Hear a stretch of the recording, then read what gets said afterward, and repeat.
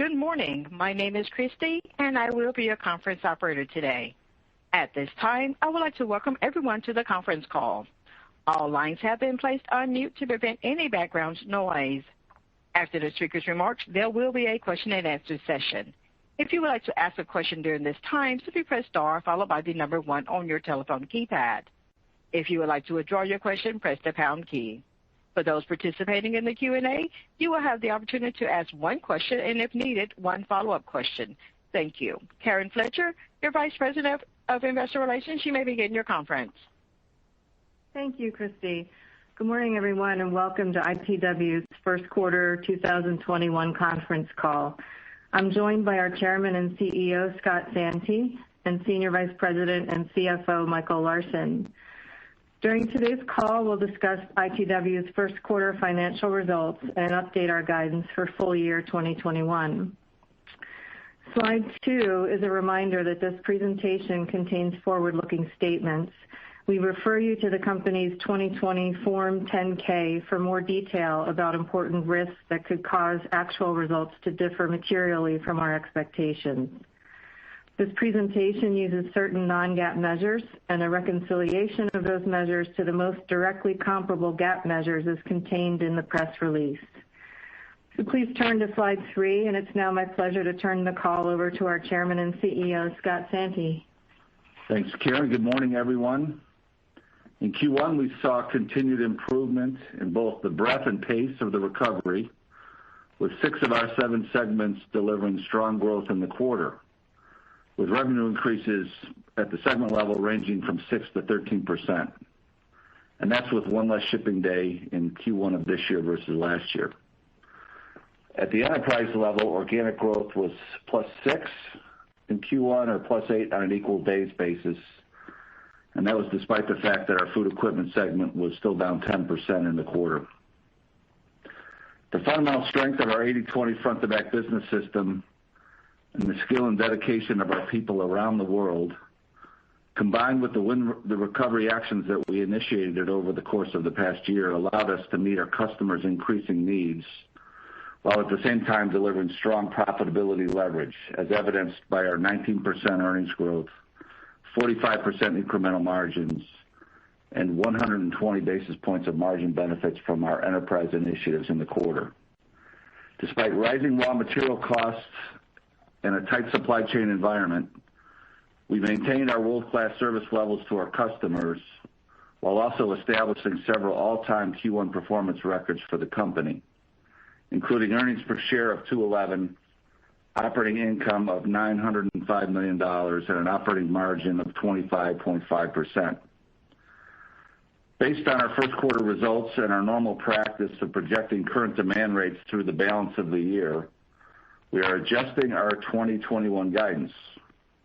For the full year, we now expect organic growth of 10 to 12%, operating margin in the range of 25 to 26%, and EPS of $8.20 to $8.60 per share, which at the $8.40 midpoint represents 27% earnings growth versus last year.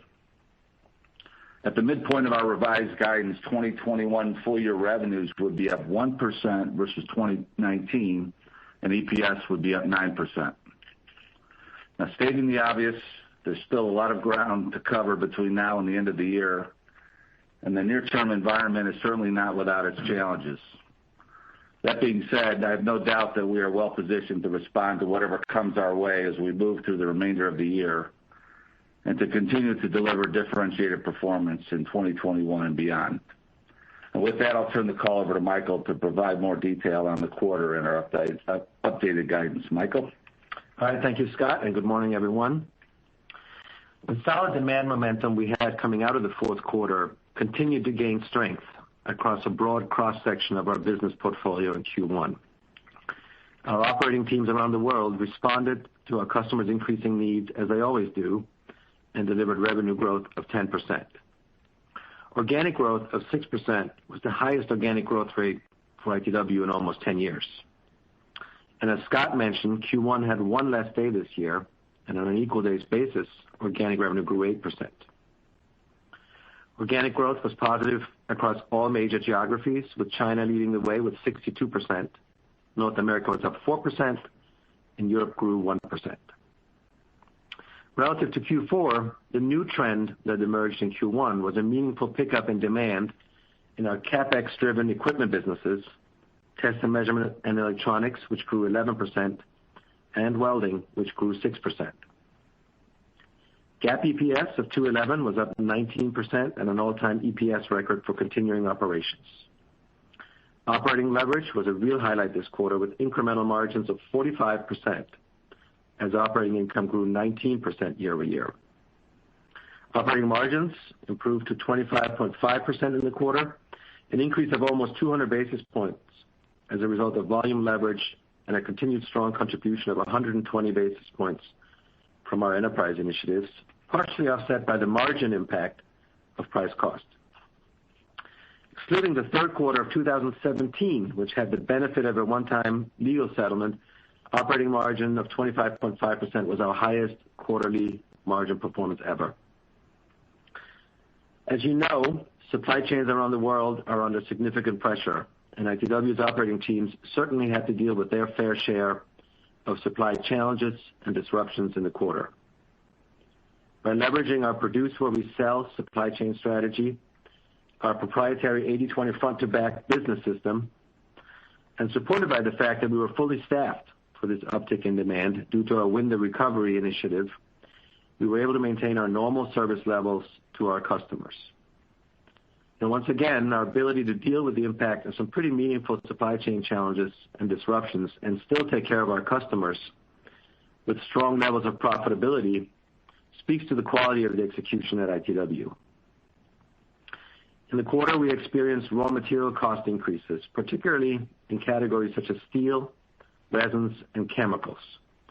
And across the company, our operating teams have already initiated pricing plans and actions that will offset all incurred as well as known but not yet incurred raw material cost increases on a dollar-for-dollar basis as per our usual process. As a result, price cost is expected to be EPS neutral for the year. As you know, given our high margin profile, offsetting cost increases with price on a dollar-for-dollar basis causes some modest dilution of our operating margin percentage and our incremental margin percentage in the near term. In Q1, for example, our operating margin was impacted 60 basis points due to price costs, and our incremental margin would actually have been 52%, not 45% if it wasn't for this impact from price cost. For the balance of the year, and embedded in our guidance are all known raw material increases and the corresponding pricing actions that have either already been implemented or will be. Again, EPS neutral for the full year. At this early stage in the recovery, our 25.5% operating margins are already exceeding our pre-COVID operating margins. 4 of 7 segments delivered operating margin of around 28% or better in Q1, with one segment, welding, above 30% in a quarter for the first time ever. I think it says a lot of our operating teams that when faced with the challenges of a global pandemic, they stayed focused on our long-term enterprise strategy and continue to make progress towards our long-term margin performance goal of 28% plus. After-tax return on capital was a record 32.1%, and free cash flow was solid at $541 million with a conversion of 81% of net income, in line with typical seasonality for Q1. We continue to expect 100% plus conversion for the full year. As planned, we repurchased $250 million of our shares this quarter, and the effective tax rate was 22.4%, slightly below prior year. So in summary, the first quarter was solid for ITW with broad-based organic growth of 6%, strong profitability leverage with 19% earnings growth, 45% incremental profitability, and record operating margin and EPS performance. So please turn to slide 4 for the segment performance. And the information on the left side of the page summarizes the organic revenue growth rate versus prior year by segment for Q1 this year compared to Q4 last year. And it illustrates the broad-based demand recovery that we're seeing in our businesses. And obviously, there's a positive impact as the easier comparisons begin on a year-over-year basis. With the exception of automotive OEM, every segment had a higher organic growth rate in Q1 than they did in Q4, and 6 of our 7 segments delivered strong organic growth in the quarter, with double-digit growth in construction products and test and measurement and electronics, which are also the most improved segments in this sequential view, going from down 3% in Q4 to up 11% in Q1. Welding improved 8 percentage points, growing 6% in Q1, providing further evidence that the industrial Capex recovery is beginning to take hold as visibility and confidence is coming back. At the enterprise level, ITW's organic growth rate went from down 1% in Q4 to up 6%. And I would just highlight that this is 6% organic growth with one of our segments, food equipment, while on its way to recovery, is still down 10% year over year. As we go through the segment slides, you'll see that this robust organic growth combined with strong enterprise initiative impact contributed to some pretty strong operating margin performance in our segments. So let's go into a little more detail for each segment, starting with automotive OEM. And the demand recovery in the fourth quarter continued this quarter with organic growth of 8% and total revenue growth of 13%. North America revenue was down 2% as customers continued to adjust their production schedules in response to the well-publicized shortage of certain components, including semiconductor chips. We estimate this impacted our Q1 sales by about $25 million, and it is likely to continue to impact our revenues to the tune of about $50 million in Q2 and another $50 million in the second half of the year. As you can appreciate, the situation is obviously pretty fluid, but as we sit here today, that is our best estimate, and that is also what we embedded in our updated guidance. Looking past the near-term supply chain issues affecting the auto industry, we're pretty optimistic about the medium-term growth prospects as consumer demand remains strong and dealer inventories are very low by historical standards. By region, North America being down in Q1 was more than offset by Europe, which was up 4%, and China up 58%. And finally, the team delivered solid operating margin performance of 24.1%, an improvement of 320 basis points. Please turn to slide 5 for food equipment. So revenue was down 7%, with organic revenue down 10%, but like I said, much improved versus Q4. And there are solid signs that demand is beginning to recover, as evidenced by orders picking up and a backlog that is up significantly versus prior year. Overall, North America was down 6%, with equipment down only 1%, as compared to a 22% decline in Q4. Institutional, which represents about 35% of our North American equipment business, was down 7%, with healthcare about flat and education still down about 10%. Restaurants, which represents 25% of our equipment business, was down in the mid-teens, with full-service restaurants down about 30%, but fast casual up low single digits. Retail, which is now 25% of the business, was up more than 20% as a result of strong demand and new product rollouts. International was down 15% and is really a tale of two regions. As you would expect, Europe was down 22% due to COVID-19 related lockdowns, and on the other hand, Asia Pacific was up 44%, with China up 99%. Overall equipment sales were down 4% and service down 19%. Test and measurement and electronics delivered revenue growth of 14% with 11% organic growth. Test and measurement was up 7% with continued strength in semiconductors and healthcare end markets, now supplemented by strengthening demand in the capital equipment businesses, as evidenced by the Instron business growing 12%. The electronics business grew 16% with strong demand for clean room technology products, automotive applications, and consumer electronics. Operating margin of 28.4% was up 330 basis points. Moving to slide 6. As I mentioned earlier, we saw strong sequential improvement in welding as the segment delivered organic growth of 6%, the highest growth rate in almost 3 years. The commercial business, which serves smaller businesses and individual users, usually leads the way in a recovery, and Q1 was their third quarter in a row with double-digit growth, up 17% this quarter. The industrial business continued its sequential improvement trend and was down only 1%, with customer Capex spend picking up and backlogs building. Overall, equipment sales were up 10% and consumables were flat versus prior year. North America was up 7%, and international growth of 4% was primarily driven by recovery in China and some early signs of demand picking up in oil and gas. Solid volume leverage and enterprise initiatives contributed to a record margin performance of 30.3%, which, as I said, marked the first time an ITW segment delivered operating margins above 30%.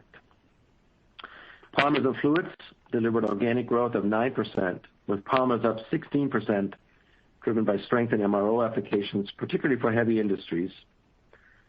The automotive aftermarket business continued to benefit from strong retail sales with organic growth of 9%, while fluids, which has a larger presence in Europe, was down 1%.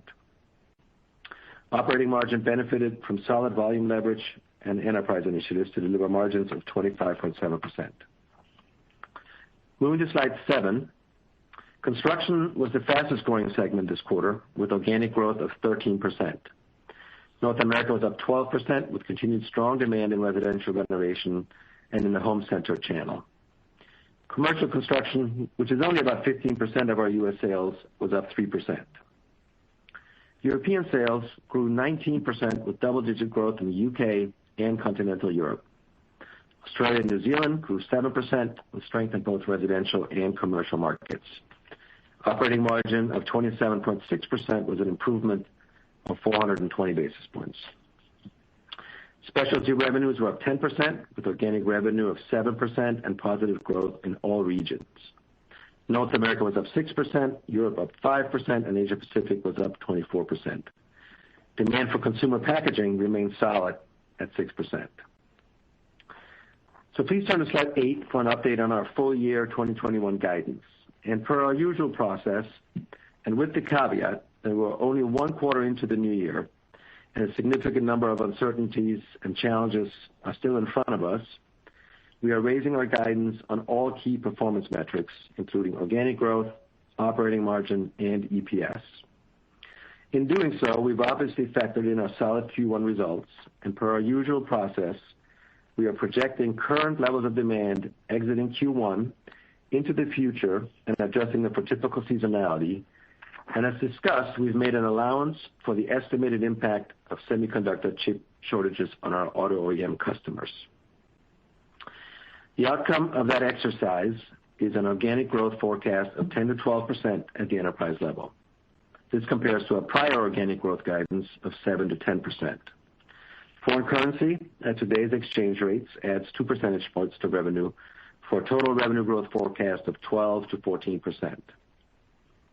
As you saw, we're off to a strong start on operating leverage and enterprise initiatives, and we're raising our operating margin guidance by 100 basis points to a new range of 25 to 26%, which incorporates all known raw material cost increases and the corresponding pricing actions. Relative to 2020, our 2021 operating margins of 25 to 26% are 250 basis points higher at the midpoint, and they're almost 150 basis points higher than our pre-COVID 2019 operating margins of 24.1%, as we continue to make progress towards our long-term performance goal of 28% plus, as I mentioned earlier. Our incremental margins for the full year are expected to be above our typical 35 to 40% range.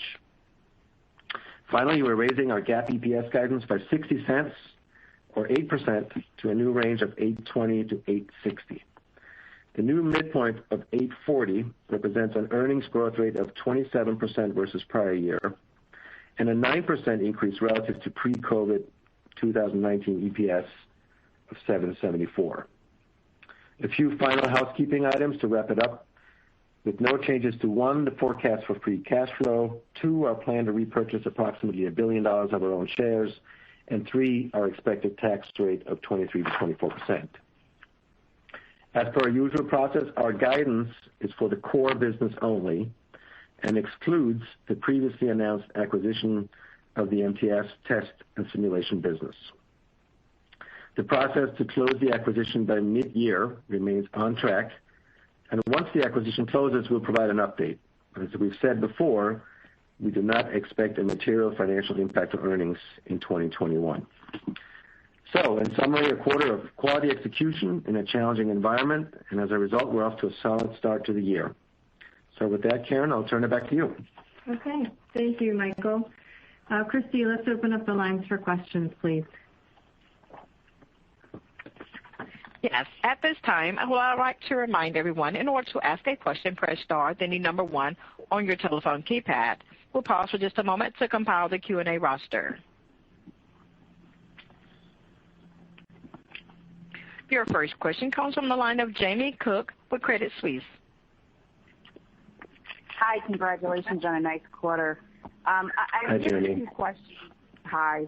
Two questions. Obviously, the organic growth that you saw in the quarter was fairly strong. I'm just trying to understand how much of it is sort of just, end markets recovering versus sort of structural market share gains that ITW has been able to achieve. I guess that's my first question, if you can help us on that. And then my second question, the incrementals that you're putting up, the 45% and then 52% if we adjust for price cost, this is above your targeted range with supply chain, with COVID, just costs and inefficiencies and things like that. I'm just wondering if, we should rethink at some point your targeted incrementals. Thank you. Okay, Jamie. So I think on the first one, it's a little too early to tell. I mean, I think we certainly feel very good about how we are positioned with our Win the Recovery strategy, and the fact that we stayed invested, giving us the ability to, capture market share as we've talked about. So I think it's a little too early to tell how much of that growth in Q1 is really market versus market share gains. And I'll just add to that, we've also seen an uptick from the contribution of our customer back innovation efforts. And so again, that's a result of being able to stay invested in those. And then I point to our supply chain and our ability to maintain, our service levels, where maybe others are struggling a little bit more. So I think anecdotally, there's certainly lots of evidence, if you were to ask our divisions and our segments, that we're picking up share. And again, we're going after sustainable, high quality, profitable market share gains, not opportunistic. And so we feel really good about the start to the year, on account of those things. I think on the incrementals, I agree with you. That was a real bright spot, significantly above our normal range of 35 to 40. At these early stages in the recovery, we expect to be able to maintain the incrementals above the typical range. So 40% plus is what we're planning for, and also embedded in our guidance, as you saw today. If you do the math, that's where you end up. I think it's a little premature to update kind of the long-term incremental margin expectations. I think we're comfortable with kind of long-term in the 35 to 40 range.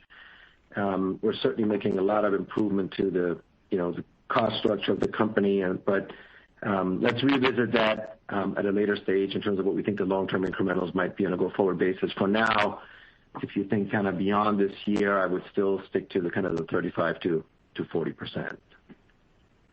Okay, thank you and congratulations. Thank you.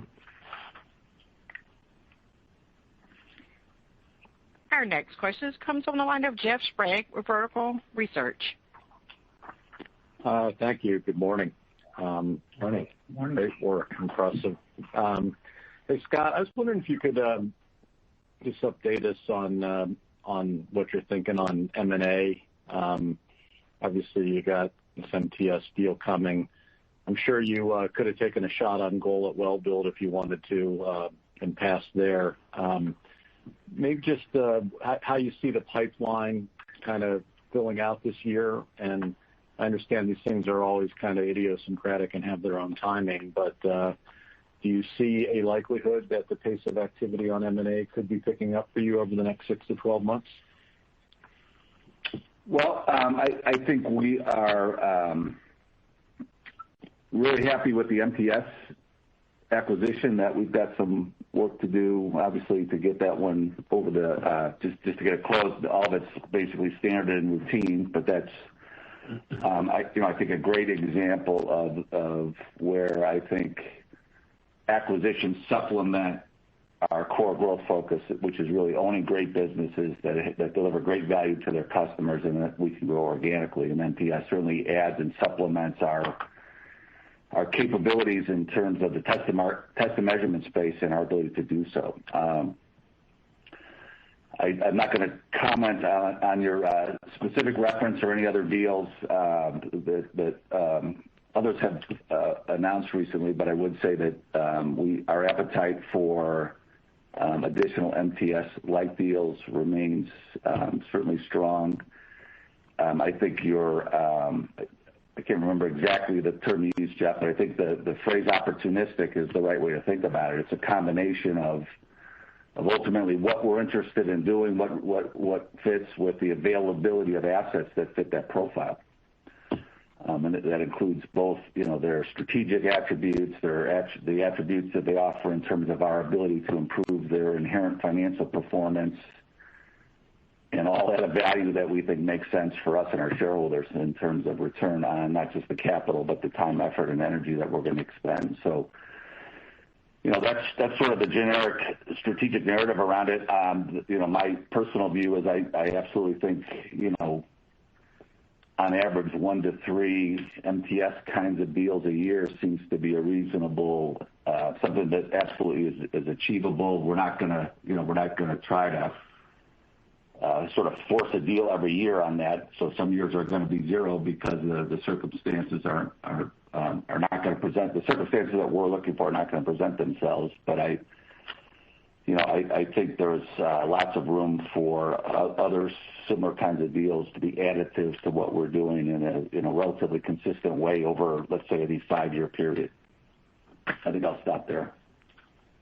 Thanks. I appreciate that. And also just wondering, outside of auto, which is kind of plain to see with Ford announcements and everything else, are you seeing these sorts of, sounds like your own supply chain you're feeling pretty good about, but other things going on at customer months of the year?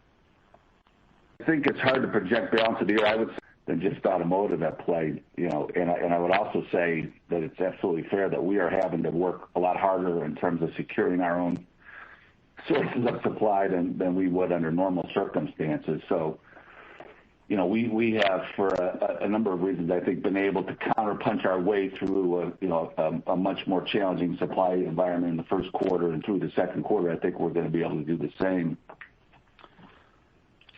Broadly speaking, partly because we source local. That's we know our suppliers, we source where we produce, and I think partly because of the fact that we stayed invested, we hung on to our people, so we're not having to add people back to support this uptick in demand. But I don't want to no one should take from that it's been smooth and easy the whole way through. So. We're in the soup with everybody else and certainly having to work harder than normal to sustain our ability to supply. But I think so far I feel like we've been able to, as I said, counterpunch our way through it pretty well. And I would also say beyond the automotive space, there are certainly some pockets where we have some of our customers being impacted by some of their own supply chain issues. Plastics remain tight. A number of areas. I don't think anything as sort of concentrated and significant as an auto, but it's certainly a scramble right now on a lot of levels. No question. Understood. Understood. Thanks for the color. Appreciate it. Good luck. Thanks. Thank you. Your next question comes from the line of Scott Davis with Melius Research. Hi. Good morning, guys, and Karen. I would echo Jeff's comments on exceptional numbers has kind of become the usual here. But anyways, not a lot to pick on here. One of the comments you just made, Scott, on price, or maybe it was Mike, price cost neutral. Is that a comment that you'd make across the entire portfolio, that segment by segment you expect to be in a cost neutral position this year, or are there certain segments perhaps that take a little longer to get price or could be behind? Yeah, I mean, I think the one obvious one, Scott, is the auto business, where just given the nature of the business and how the contracts are structured, getting price takes a little longer and requires a funnel of new products that are coming in at more attractive margins. So that's the one where in the near term we're seeing the most significant pressure on margins from a price cost standpoint. And the other six segments, I think given the differentiated nature of the products and services that we provide, we have a long history of being able to offset any cost increases with price.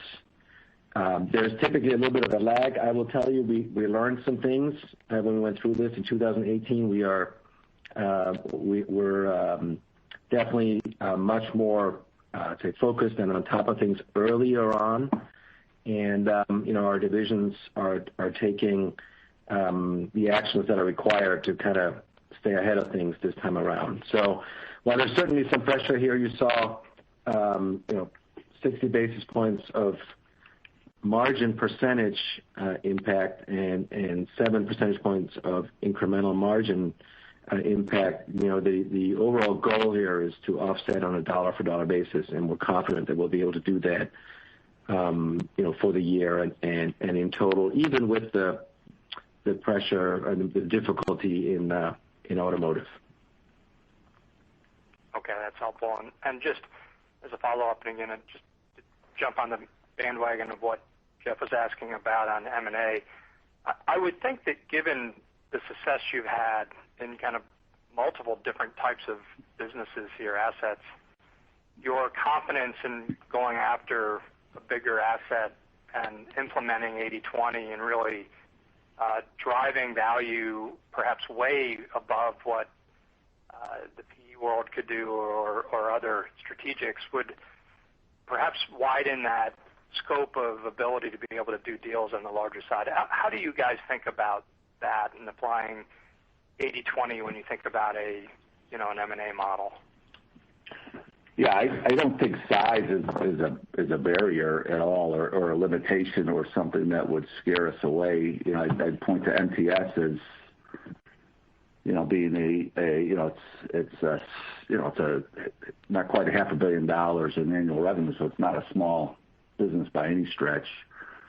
I think I tell you a couple of things. One is that we have never been more prepared from the standpoint of discipline around integration, the quality of practice around our 80/20 front to back operating system, the depth of talent. This is all a result of the last 9 years of work on this.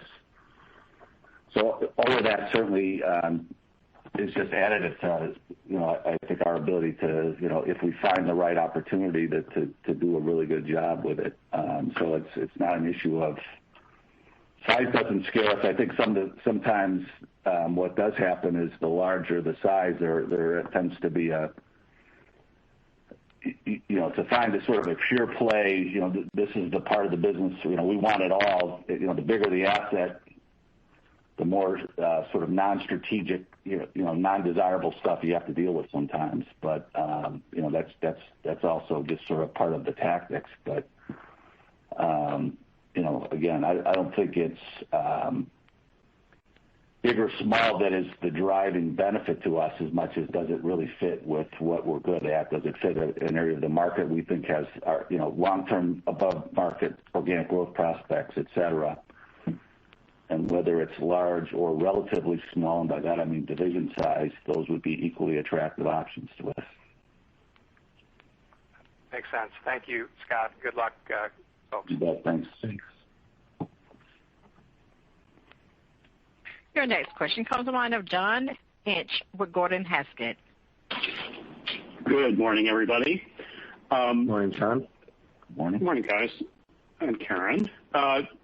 Scott and Michael, China up 62% core.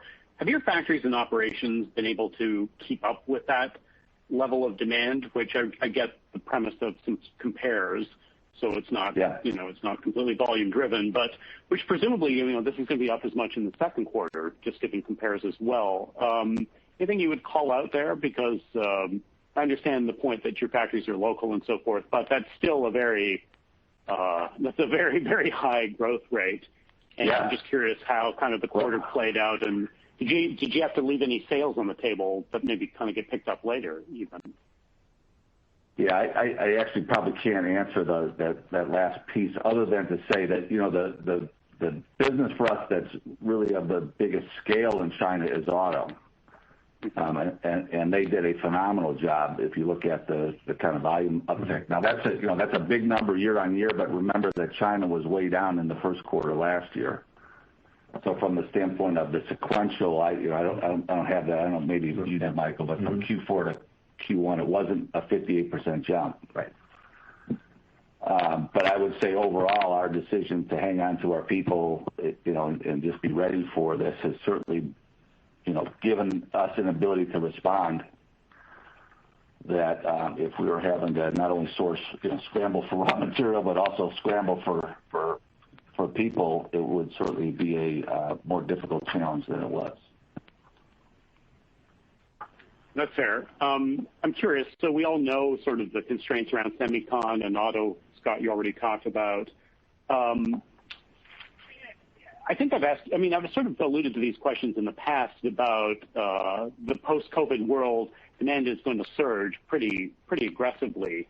And I'm curious, we've already started to see that, as evidenced by your own very healthy, robust results. Have your operations experienced any meaningful pinch points as global demand has come back that may have been surprising or that provide for, say, lessons learned, Scott and Michael, that, you're applying as, presumably this is not a 1 or 2 quarter phenomenon. This is going to carry forward for a little while here. How is there anything you can share with us in terms of how you're thinking about sort of operations and just, playing to market share wins, that sort of thing?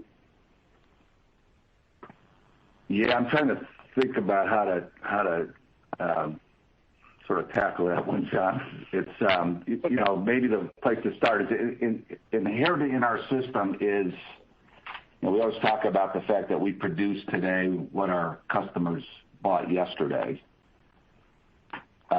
So inherent in that, what makes that work is the fact that we are always carrying surplus capacity. So on the order of magnitude of 15 to 20% over what current demand is, because that demand comes in, it's an average, but it varies on a daily basis. So the only way we can produce today what our customers bought yesterday, as that number moves up and down, is to make sure that we have ample extra capacity to flex. So that sort of helps us as things accelerate. We do have a cushion to lean on. We also have, our supplier base is connected into that system in a way that they're also carrying that kind of ability to flex. Now, it works really well. It doesn't work perfectly, certainly with, we have our, sort of rubs and issues along the way, and I'm sure we will, but there are things that we can overcome and work our way through. But maybe that's the best answer. I don't know if that totally addresses it, but we start with a, sort of level of flex that certainly helps us respond and add even more capacity as, we're pivoting into kind of an environment where the economy's starting to take off. Well, maybe an example is going to be food equipment. That seems obvious that that's going to come back pretty aggressively in the second half. Touch wood. Is there anything you're doing with respect to your operations to make sure that, you actually don't, say, lose share because, or lose a sale because you can't fulfill, a product demand or something like that?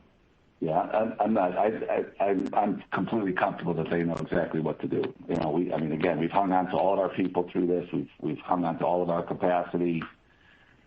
We are locked and loaded and ready to go. I have no doubt about it in food equipment and everywhere else in the company.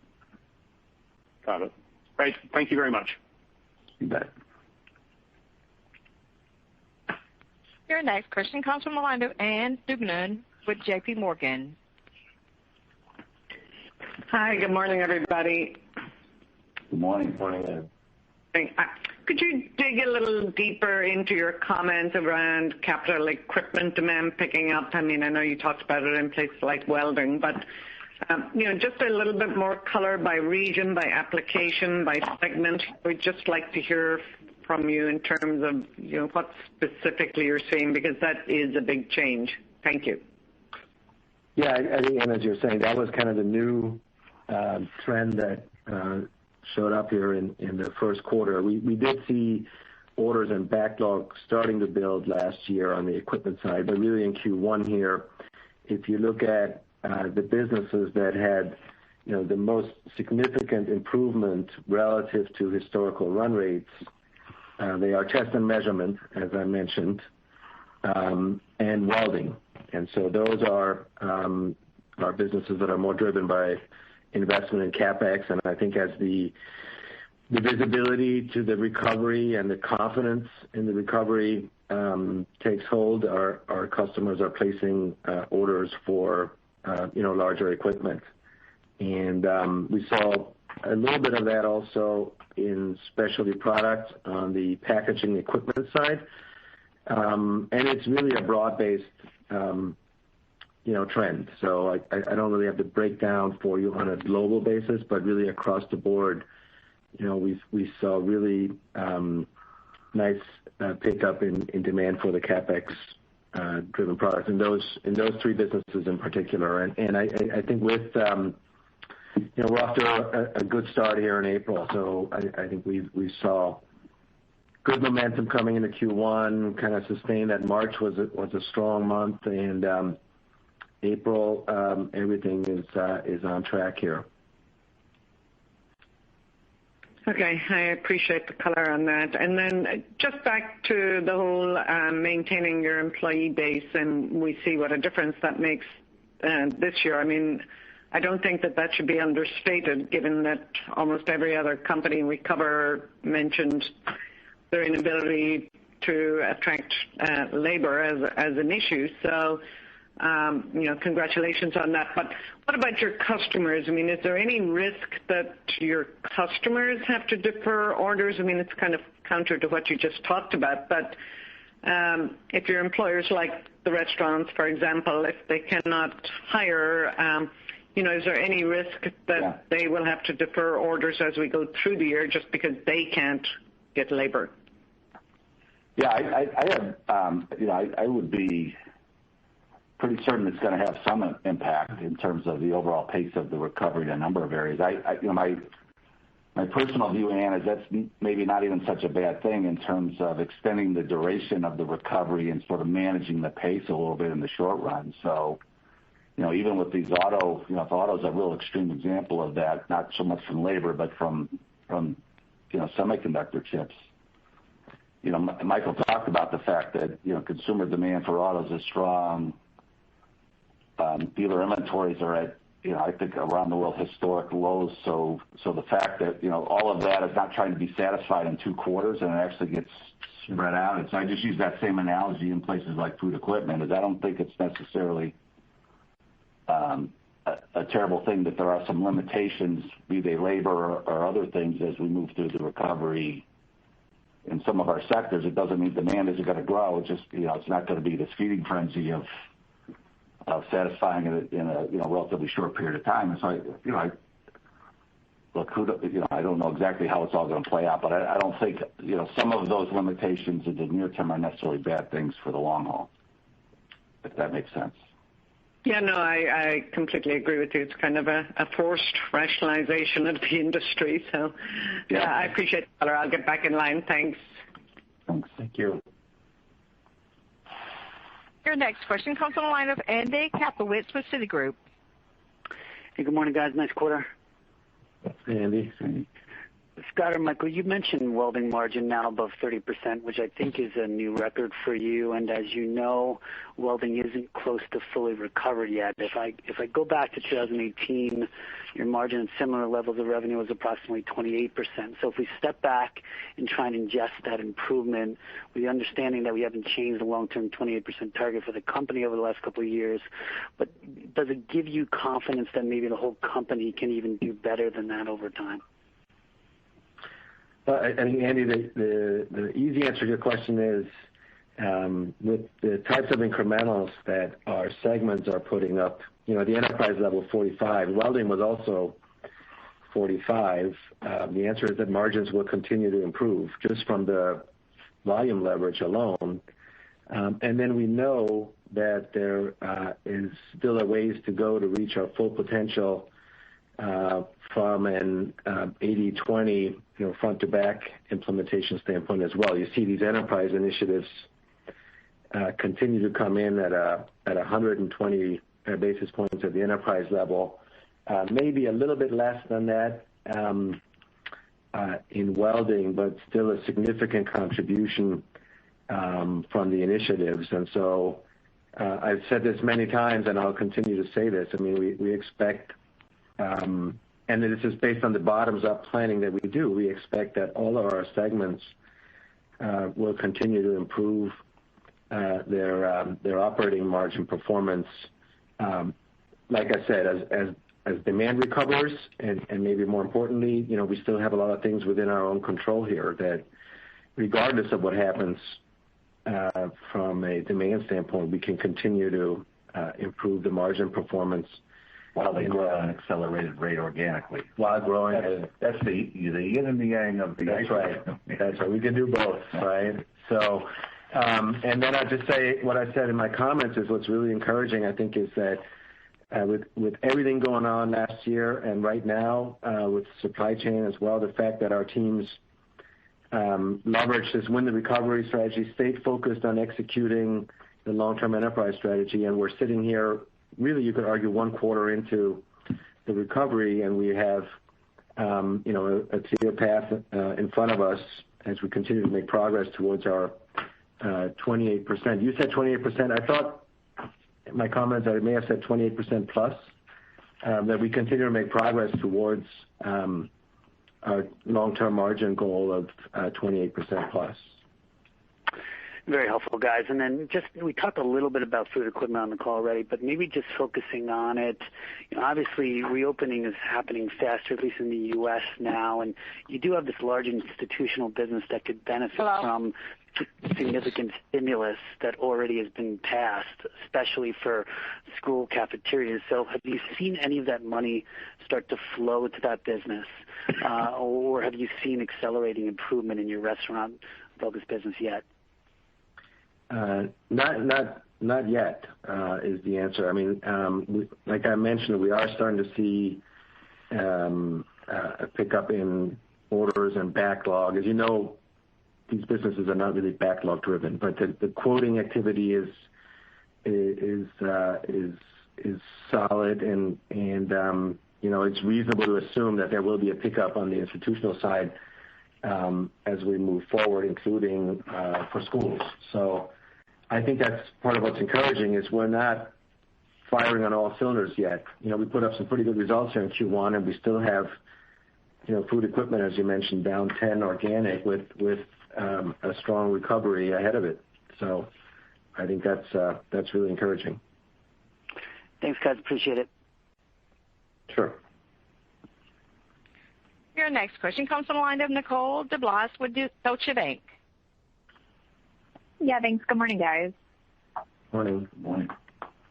Can we talk a little bit about just returning to the issue of price cost? I know you guys said that it's a 60 basis points impact on margins in the first quarter. If we look at the full year, how does that kind of flow from here? Maybe what's embedded for price cost headwind in the full year margin guidance? Yeah, so let me start by saying I'd be a little cautious on Q2. I think, there's, like I said, there is a little bit of a timing issue here. And just given how high our margins are, I think these price cost pressures will remain with us particularly in the near term, so Q2, this will be diluted to margin percentage. Again, EPS neutral on a dollar-for-dollar basis. So it's purely a margin percentage, incremental percentage impact. So 60 basis points in Q1, something around that same level, maybe a little worse than that in Q2 based on what we know today. And then it should begin to improve in the second half of the year. And maybe for the full year, we end up somewhere around 50 to 60 basis points of margin impact. Okay, got it. Understood. And the selling days impact that you guys had in the first quarter, does that normalize throughout the year? Like I think a lot of companies have talked about the selling days impact reversing in 4Q. Is that how it is for ITW as well? It is not. No. We have 64 days in Q2 and Q3 and 62 days in Q4, which is the same as we had last year. So this was purely a Q1 issue. If you remember, last year was a leap year. So I hate bringing this up, but that's how the calendar works. Okay, understood. Thanks, guys. I'll pass it on. Sure. Your next question comes from the line of Mig Dober with Baird. Thank you, and congrats on a really strong start to the year, gentlemen. I guess my question, Michael, maybe for you. I was observing that SG&A has been relatively flattish year over year on really nice, strong revenue growth in Q1. And I'm just sort of wondering here kind of how you constructed your outlook for the full year, because you're obviously guiding full year revenues now above pre-COVID levels, above 2019 levels.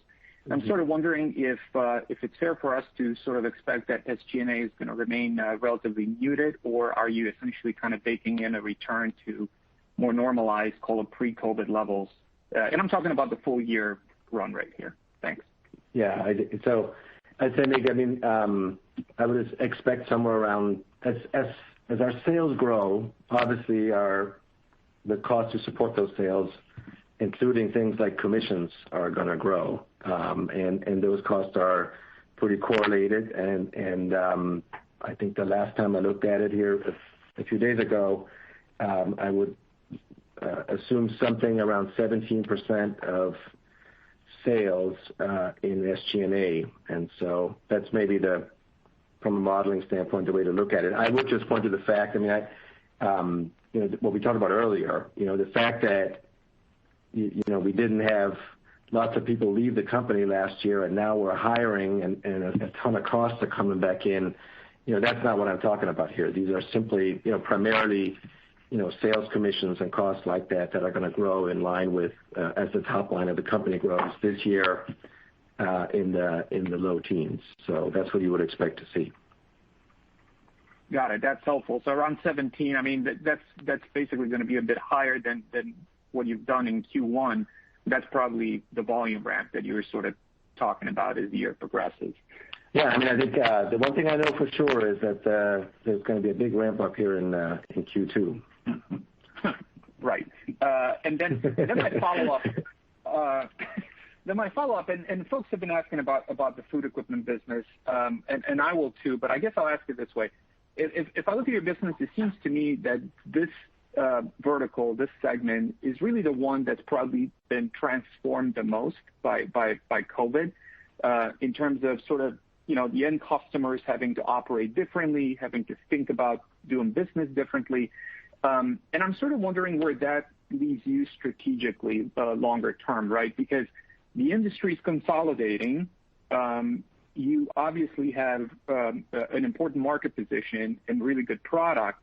How do you think about the next 5 years from an innovation standpoint, from ability to gain share, and more importantly, you sort of stepping up to the plate and consolidating the industry as well, because there are a lot of smaller players that are still out there?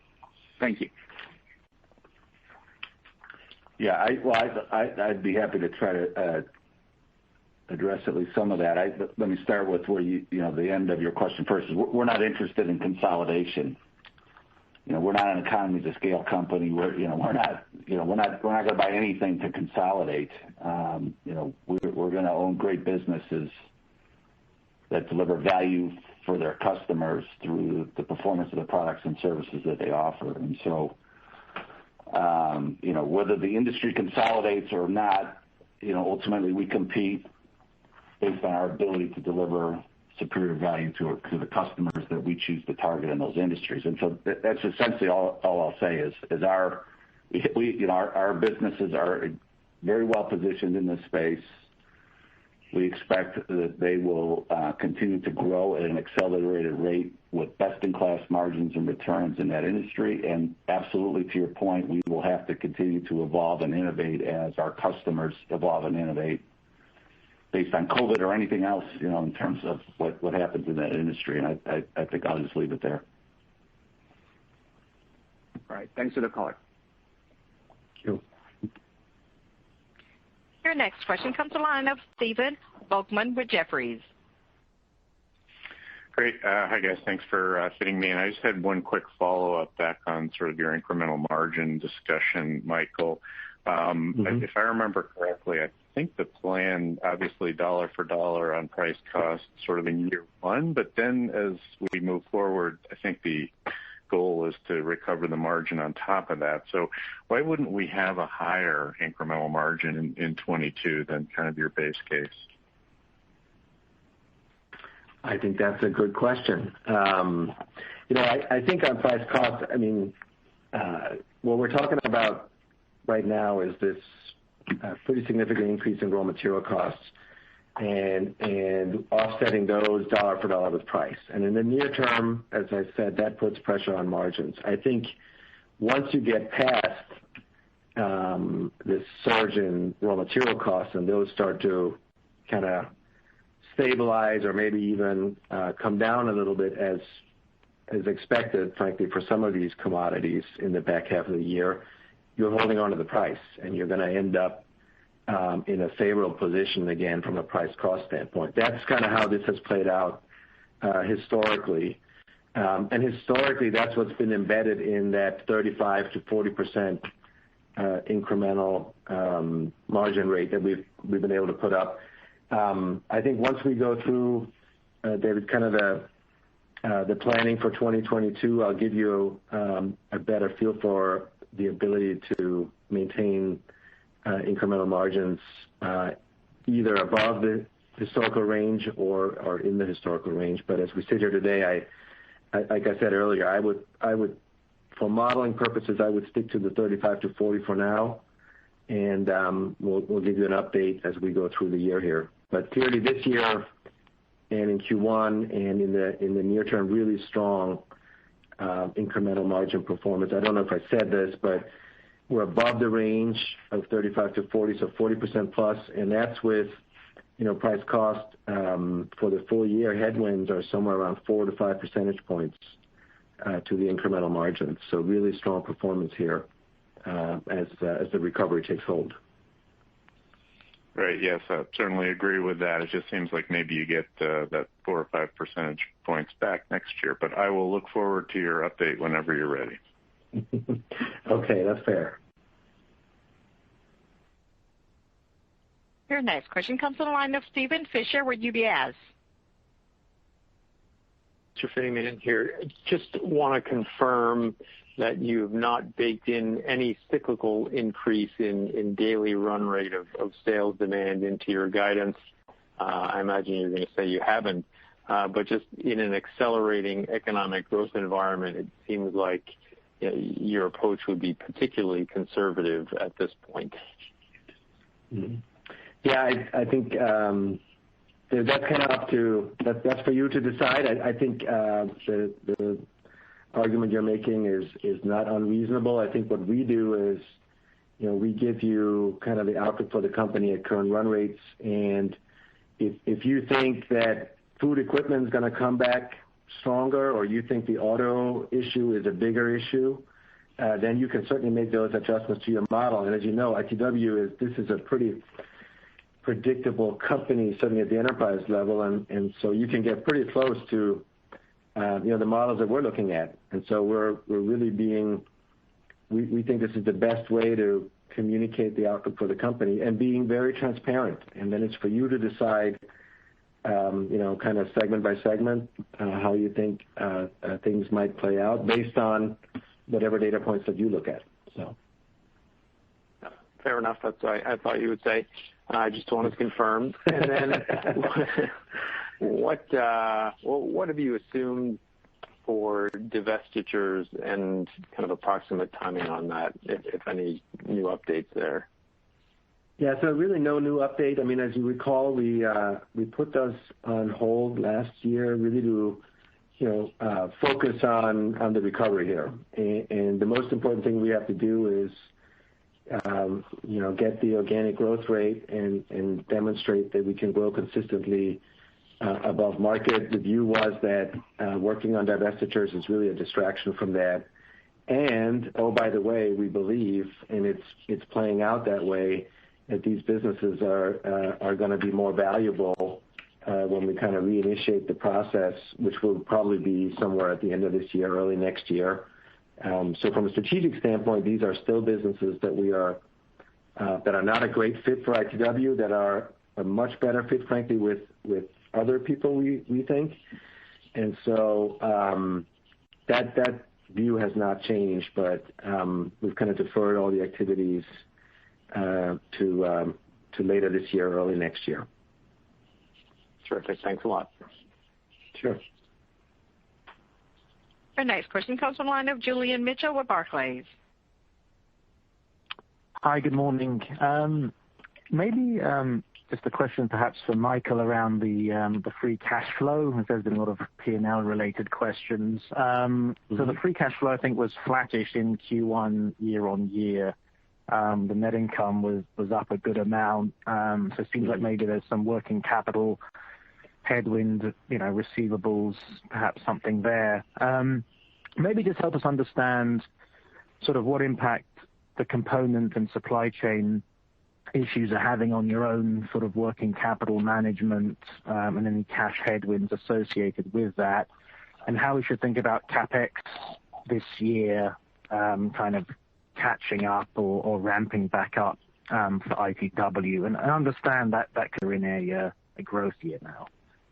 Yeah, I mean, that's exactly what's happening. I mean, we're clearly, as the top line grows 10%, you're going to see, at least in the near term, a corresponding increase in inventory levels, which is part of what Scott talked about. As demand grows, inventory levels are going to grow. The same thing with receivables. The fact that receivables are growing is actually as you know, it's a good thing. I think what we keep an eye on is the working capital metrics around, inventory months on hand are all trending in the right direction. I'll just point out that if you look at you can't see it looking in from the outside, but when we look at our receivable aging and our bad debt, we are below pre-COVID levels in a meaningful way. So I think the teams really did an excellent job managing working capital overall, including receivables last year. And I think we talked about on the last call, working capital headwinds, somewhere around $125 million was in the plan for this year. The growth is a little bit stronger, so it might be a little bit more than that, but it's not going to change. We still are confident we'll get to 100% plus conversion rate, but the goal here really is, we generate plenty of cash. The goal here is to grow the company. It would make no sense for us to try to hold back on inventory levels at this point. So on Capex, as you know, last year some of the capacity expansions were deferred. A lot of those are coming back now. Capex will be somewhere around 2% of sales, which is where it has been historically. That is not a set number. That's an outcome of how we allocate capital. So if you pencil in somewhere around $300 million, that's directionally, that's probably where we'll end up. That's up. I think last year we did 236 or something like that. So we're definitely expanding. And you saw the Capex number move up a little bit here in the first quarter, and that's really as these capacity expansions are. We're adding equipment, we're adding injection molding machines and auto and other places to support our customers as demand recovers. So. Great. Thank you. Sure.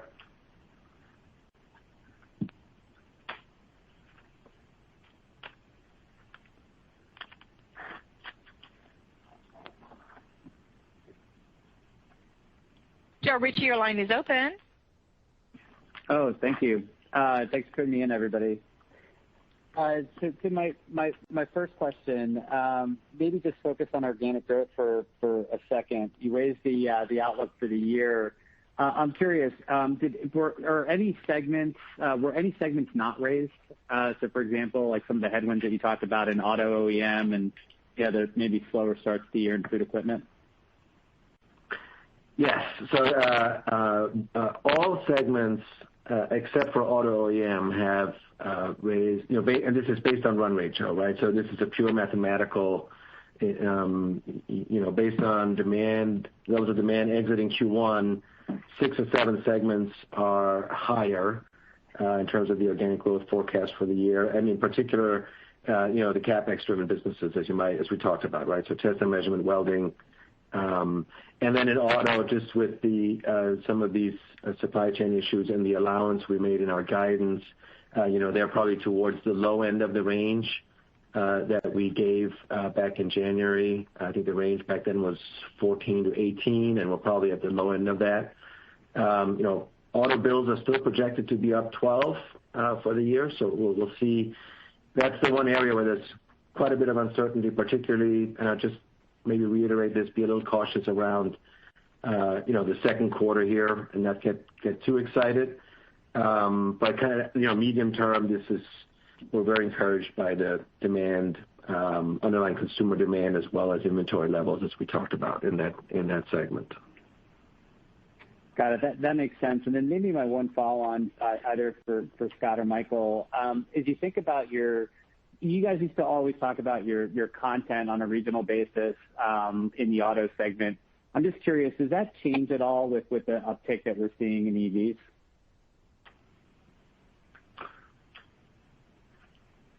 We talked about it from a long-term opportunity perspective. It's actually roughly equivalent. There's a little bit that we do around the powertrain now that obviously wouldn't exist, but there's a whole range of new, sort of applications in the EV space. So, I think the last time we looked at it, it was, on a per car basis, neutral to maybe a little higher with EV. A little higher, actually, yeah. To $2 versus maybe 5 to 10% higher. So, net we're pretty agnostic.